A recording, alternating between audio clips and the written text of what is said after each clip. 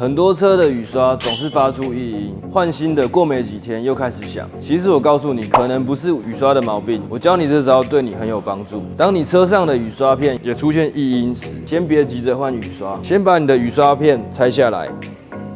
再轻轻的把雨刷臂放回玻璃上，然后你观察一下这个平面和玻璃是不是处于一个水平贴合的状态。很多车用长时间了，它的雨刷臂就会变形，导致这个平面出现翘起，向左翘或是向右翘，这都导致这个雨刷片呢，在安装以后，它和玻璃摩擦的角度发生了变化。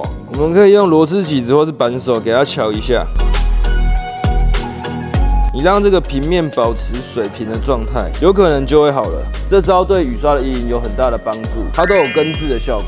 如果这招用完了，它还是发出异音，你再去更换雨刷也不迟。收藏起来，因为卖雨刷的绝对不会告诉你。